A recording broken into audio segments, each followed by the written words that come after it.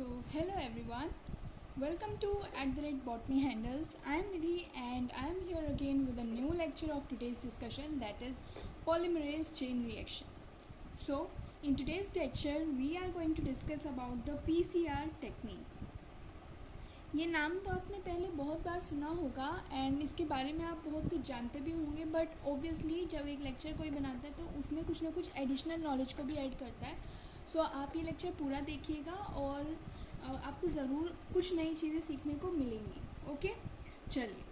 तो सबसे पहले बात करते हैं कि पीसीआर टेक्निक को सबसे पहले किसने दिया, या फिर हम कह सकते हैं पीसीआर टेक्निक को किसने डिस्कवर किया या किसने इस पीसीआर टेक्निक का पता लगाया. So PCR technique was put forwarded by Carey Mullis in the year 1985. So it is the very basic point that everyone, or we can say everybody, should know. Okay. So the process of PCR was put forwarded by Carey Mullis in 1985. Now the second part comes here. We have to know that principle on which PCR technique works. So what is the principle on which PCR technique works? So basically principle होता है, या फिर हम कह सकते हैं PCR जो है वो क्या काम करती है. पीसीआर की टेक्निक में जो प्रिंसिपल होता है वो होता है डीएनए का एम्प्लीफिकेशन. ठीक है, DNA amplification we can say is the principle on which the PCR technique works. DNA amplification we can say RNA amplification और cDNA एम्प्लीफिकेशन. एम्प्लीफिकेशन से क्या मतलब है? एम्प्लीफिकेशन से मतलब होता है कॉपीज़ का बढ़ना, that is to increase in something's number. Okay, to increase in quantity. तो यहाँ पे हम कहेंगे कि डीएनए के हमें नंबर्स को बढ़ाना है, डीएनए को नंबर में बढ़ाना है, इसीलिए हम उसकी एम्प्लीफिकेशन कराना चाहते हैं और उसके लिए हम पीसीआर टेक्निक का यूज़ कर रहे हैं. ओके, आपको ज़रूर ये क्वेश्चन माइंड में आता होगा कि अगर हमें डीएनए की एम्प्लीफिकेशन ही करनी है तो वो काम तो हम जीन क्लोनिंग से भी कर सकते हैं, बिकॉज जीन क्लोनिंग में भी तो हम क्लोनिंग ही कर रहे हैं, जीन को क्लोन करके हम उनकी कॉपीज़ बनवा रहे हैं, तो वो काम तो हम वहाँ पे भी कर सकते हैं. देन पीसीआर की ज़रूरत क्यों वहाँ पड़ी?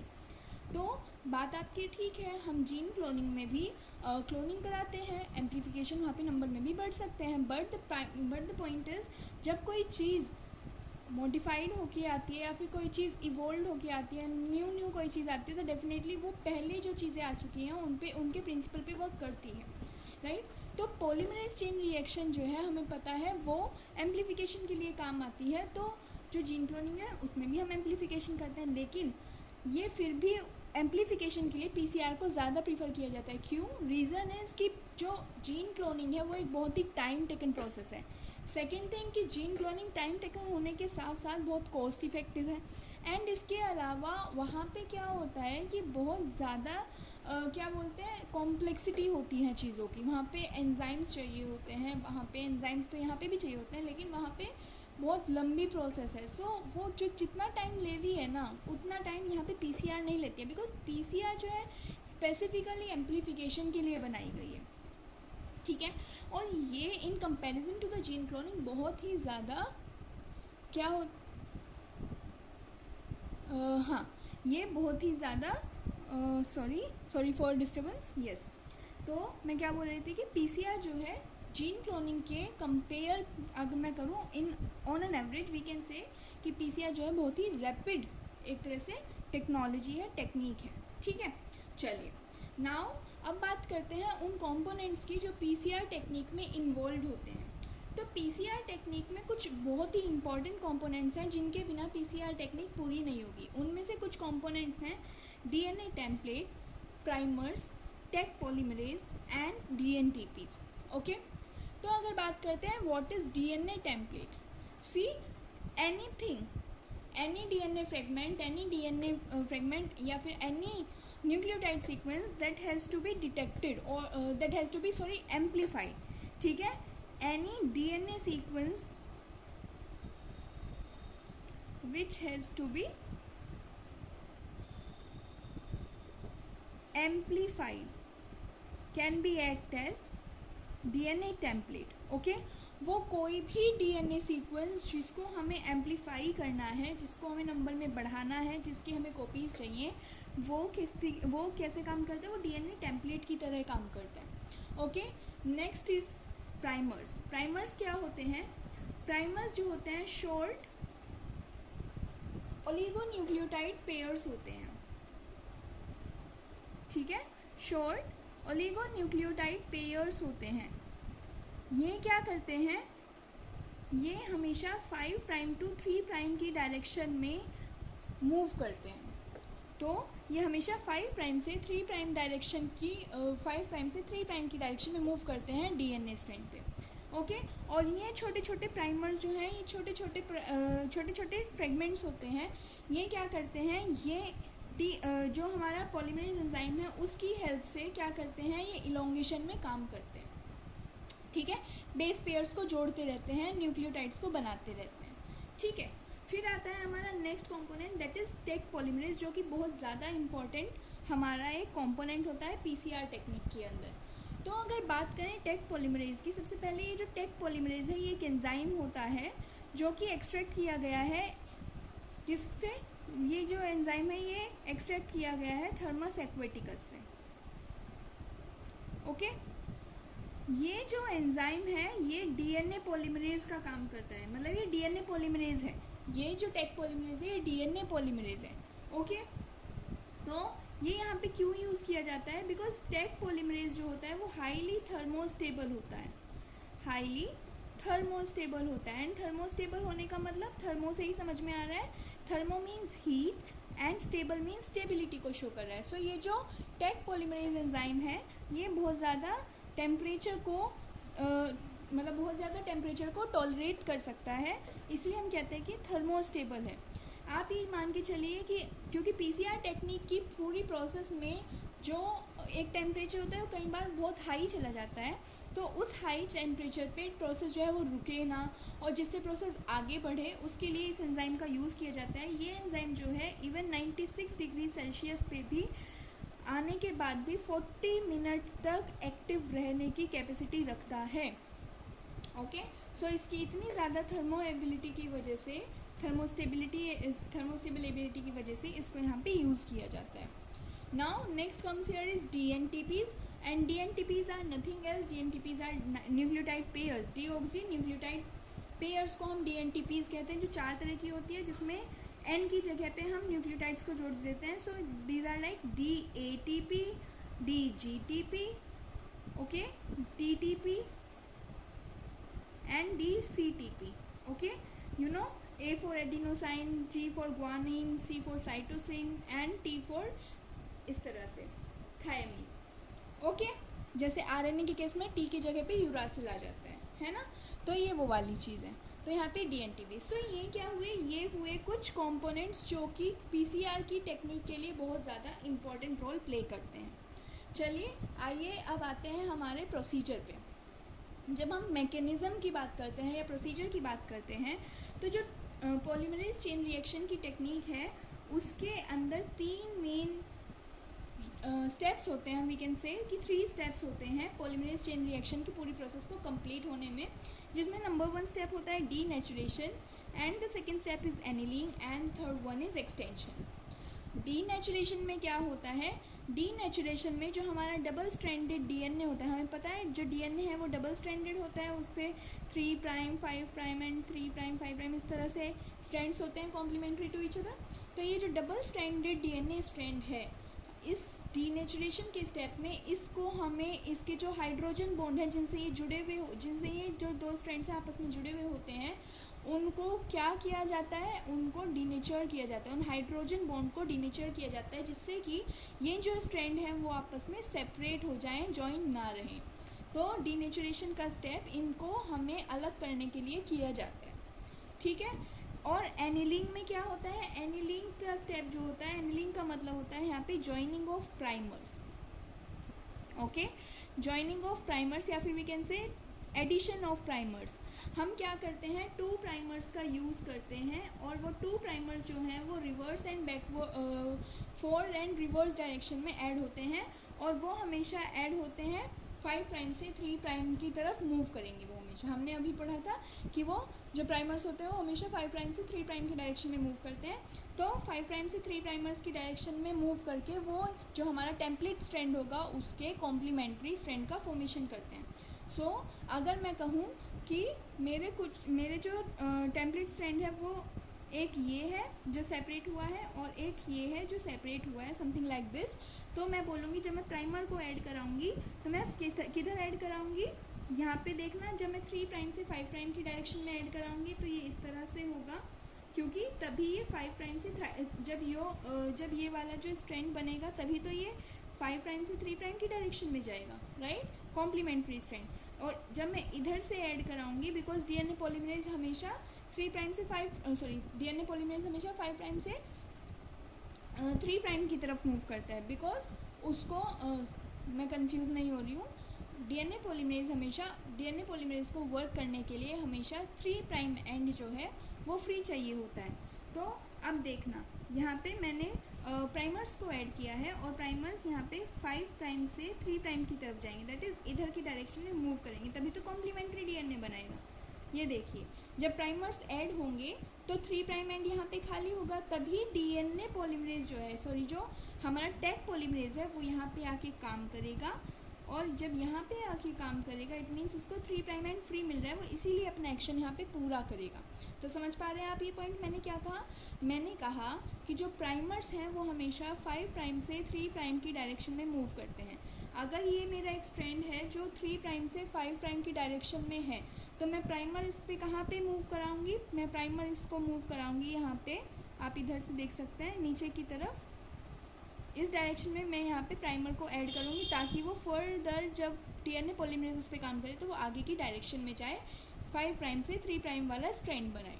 ओके, और जब मैं यहाँ पे 5 प्राइम से 3 प्राइम को टेम्पलेट डीएनए को एज टेम्पलेट ले रही हूँ, उस जगह पे मैं जब प्राइमर को ऐड कराऊंगी तो मैं 3 प्राइम वाली डायरेक्शन में कराऊंगी, ताकि जब आगे वो मूव करेगा तो वो जो कॉम्प्लीमेंट्री स्ट्रैंड बनेगा वो 5 प्राइम से 3 प्राइम की डायरेक्शन में बन सके। ठीक है, तो ये वाली चीज़ें हुई, आपको होपफुली अच्छे से समझ में आया होगा। नाउ अब हम आते हैं अपने प्रोसीजर को एक तरह से देखने के लिए कि हम उसको फिगर पे किस तरह से डिनोट कर सकते हैं, फिगर पे हम किस तरह से उस पूरे मैकेनिज्म को समझ सकते हैं। यहाँ पे एक चीज़ और होती है आपकी जानने के लिए कि यहाँ पे जब एनीलिंग स्टेप होता है और जो एक्सटेंशन स्टेप होता है वहाँ पे भी टेम्परेचर बहुत मैटर करता है। जब हम बात करते हैं डीनेचुरेशन स्टेप की, तो यहाँ पे 95 से 96 डिग्री का टेम्परेचर होता है, जो कि बहुत हाई होता है, और यहाँ पे स्टेबिलिटी बनाए रखता है टैग पॉलीमरेज एंजाइम, जिसकी वजह से हमने उसको लिया है, क्योंकि वो थर्मोस्टेबल होता है, क्योंकि हम सैम्पल मिक्सचर में सारी चीज़ें एक साथ डाल के रखते हैं। तो वहाँ पे इस टेम्परेचर पे स्टेबिलिटी को बनाए रखने के लिए DNA polymerase and tag polymerase जो है वो काम करता है। और डीएनए पॉलीमरेज हम अपनी बॉडी में, हमारी बॉडी में जो डीएनए पॉलीमरेज एंजाइम प्रेजेंट है, हम यहाँ पे ये वाला एंजाइम इसलिए यूज़ नहीं करते हैं बिकॉज वो 37 डिग्री सेल्सियस पे ही, इवन 37 डिग्री सेल्सियस के टेम्परेचर पे ही वो अपनी एक्टिविटी को ख़त्म कर देता है, यानी वो ईजिली एक्टिवेट नहीं कर पाता अपने आप को उसके बाद। तो इसीलिए इतने कम टेम्परेचर पे पीसीआर परफॉर्म नहीं हो पाएगी, हम टैग पॉलीमरेज एंजाइम का यूज़ करते हैं। और वो टैग पॉलीमरेज जब सैंपल मिक्सचर में होता है वो मेन काम तो यहाँ पे करता है, लेकिन फर्स्ट स्टेप में उसका काम क्या रहता है कि वो जो 96 डिग्री टेम्परेचर है, 95 डिग्री टेम्परेचर है, उसको मेंटेन करने का काम करता है, वहाँ पे उसकी एक्टिविटी को मेंटेन करने का काम करता है अपने आप प्रेजेंट होके, ताकि रिएक्शन आगे जा सके, सॉरी मैकेनिज्म आगे जा सके। ऐसे ही जब हम एनिलिंग पे आएंगे तो जो मशीन होगी थर्मोसाइक्लर जो होगा, वहाँ पे क्या होगा कि टेम्परेचर अपने आप से कम हो जाएगा और वो टेम्परेचर 60 to 65 डिग्री सेल्सियस आ जाएगा अपने आप। ऑटोमेटेड मशीन होती है वो, ठीक है, 60 to 65 डिग्री टेम्परेचर यहाँ पे हो जाएगा, ठीक है। और जब हम बात करेंगे एक्सटेंशन स्टेप की, तो यहाँ पे ऑटोमेटिकली ये जो स्टेप होगा यहाँ पे 72 डिग्री सेल्सियस टेम्परेचर पहुँच जाएगा। तो इस तरह से ये जो हमारा टेम्परेचर है ये वेरीड रहता है मशीन में, और ये कभी ज़्यादा तो ये कभी कम रहता है, ठीक है। तो ये जो थर्मोसाइक्लर मशीन है ये कैसी होती है, ये ऑटोमेटेड मशीन होती है, जो कि इन टेम्परेचर को अपने आप से मेंटेन करके रखती है कि कौन से स्टेप पे कौन सी टेम्परेचर मेंटेन करके रखनी है, ठीक है। चलिए, ओके, सो अब आप देखिए, अब हम पढ़ने जा रहे हैं अबाउट द प्रोसीजर, मैकेनिज्म किस तरह से परफॉर्म होता है। तो यहाँ पे आप देखिएगा कि अब हमारा सपोज़ ये डीएनए स्ट्रैंड है, आप देख पा रहे हैं यहाँ पे 5 प्राइम, यहाँ पे 3 प्राइम, इस तरह से आपको शो किया गया है। 5 प्राइम से 3 प्राइम ये एक स्ट्रैंड, एंड 3 प्राइम से 5 प्राइम ये एक स्ट्रैंड, ये आपको शो किया गया है एक डबल स्ट्रैंडेड डीएनए। ओके, ये डबल स्ट्रैंडेड डीएनए आपको शो किया गया है। आप देखिए इस पर फर्स्ट स्टेप क्या रहेगा, फर्स्ट स्टेप रहेगा डीनेचुरेशन, जैसे कि हमने अभी अभी पढ़ा। डीनेचुरेशन में हमारे ये जो 2 स्ट्रैंड हैं डीएनए के, इनको हमें सेपरेट करना है। तो यहाँ पे क्या होगा, डीनेचुरेशन के टाइम पे 96 डिग्री या 95 से 96 डिग्री के टेम्परेचर को हम अलाउ करेंगे थर्मोसाइक्लर के अंदर। थर्मोसाइक्लर वो इंस्ट्रूमेंट होता है, वो मशीन होती है जिसके अंदर पीसीआर टेक्निक परफॉर्म होती है। ठीक है, तो आप देखिएगा यहाँ पे फर्स्ट स्टेप में डीनेचुरेशन हो रहा है और 95 डिग्री से 96 डिग्री के टेम्परेचर को हमने यहाँ पे अलाउ किया है। और आप देखिएगा कि ये बहुत ही हाई टेम्परेचर है, और इस टेम्परेचर में क्या होगा कि इस टेम्परेचर में ये जो 2 स्ट्रैंड होंगे वो यहाँ पे एक दूसरे के साथ स्टक नहीं रह पाएंगे, बिकॉज इनके जो हाइड्रोजन बॉन्ड होंगे जिनके थ्रू पेयरिंग हो रही है न्यूक्लियोटाइड्स की, वो आपस में डीसेपरेट हो जाएंगे, डिटैच हो जाएंगे, जिसकी वजह से आप देख पा रहे हो ये हमारे जो स्ट्रैंड्स हैं ये आपस में अलग हो चुके हैं। ठीक है, अब आप देखिए सपोज ये जो आपको रेड कलर से पोर्शन शो किया गया है, ये पोर्शन वो सीक्वेंस का पोर्शन है जिसको हमें एम्पलीफाई करना है। तो आप देखिएगा अब हीट करने के बाद यहाँ पे क्या हुआ, नेक्स्ट स्टेप आता है हमारा एनिलीन। एनिलीन में क्या होगा कि आपने प्राइमर्स को ऐड किया है। अब आपने प्राइमर्स को ऐड किया है, आपकी नॉलेज के लिए मैं बता दूं कि ये जो प्राइमर्स हैं ये हमेशा नॉन सीक्वेंसेस होते हैं, क्योंकि ये कमर्शियली अवेलेबल हो सकते हैं। ठीक है, क्योंकि ये जो हमारी पीसीआर की टेक्निक को परफॉर्म करने के लिए ये ज़रूरी होता है कि ये जो सीक्वेंस है जिसको हमें एम्पलीफाई करना है ये नोन हो, बिकॉज अगर ये सीक्वेंस नोन नहीं होगा तो हम इसके कॉम्प्लीमेंट्री प्राइमर्स को कैसे अवेलेबल करा सकेंगे। तो इसीलिए ये सीक्वेंस हमेशा नोन होना चाहिए। अगर ये नोन नहीं होगा तो प्राइमर्स अवेलेबल नहीं होंगे, जिससे कॉम्प्लीमेंट्री स्ट्रैंड नहीं बनेगा और पीसीआर परफॉर्म नहीं हो पाएगी। तो इसीलिए ये एक पॉइंट टू बी नोटेड होना चाहिए।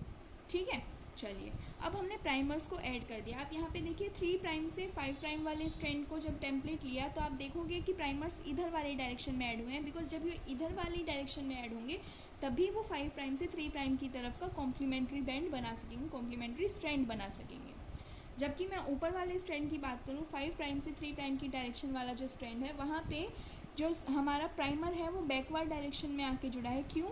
क्योंकि यहाँ पे 3 प्राइम एंड पे वो जुड़ेगा, तब वो 5 प्राइम से 3 प्राइम एंड की तरफ जाके डायरेक्शन में मूव कर सकेगा जब टेक पॉलीमरेज उस पर काम करेगा।